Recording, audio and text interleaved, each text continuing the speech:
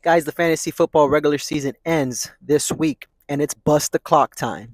No Diddy at all. These are the three biggest busts, in my opinion, with the last player probably being one of the biggest busts in recent fantasy football memory. Let's go.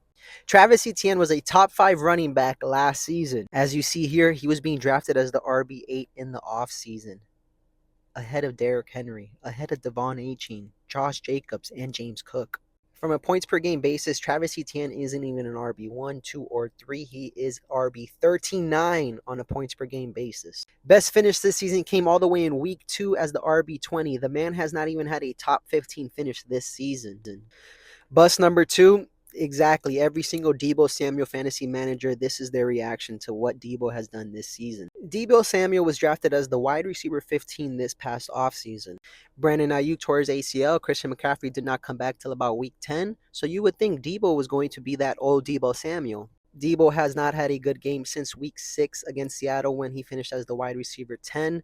He is being outscored by Jawan Jennings, and he's not even a wide receiver 3. And at this point, you're kind of scared to start Deebo. From a dynasty perspective, this man is still going to be elite. If there's managers that are panicking, go buy low on Marvin Harrison Jr. But from a redraft standpoint, Marvin Harrison Jr. might be the biggest bust in fantasy football history. He was being drafted as the wide receiver 9. The hype for Marvin Harrison was so real. He was being drafted ahead of Cooper Kupp. He was drafted 15 spots ahead of Malik Neighbors, who's the best rookie wide receiver this year with Lad McConkey.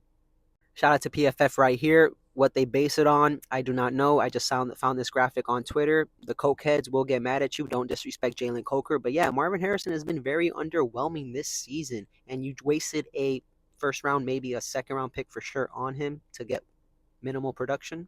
No disrespect to him because I still think he's going to be great. But if you're drafting a guy as the wide receiver 9, you're drafting him to be an alpha, to have that rookie season Jamar Chase had, to have that rookie season Justin Jefferson had. He's had 2 wide receiver 1 finishes this year, and the last one came all the way in week 8. Those are my 3 fantasy busts for the 2024 fantasy football season. Who are yours?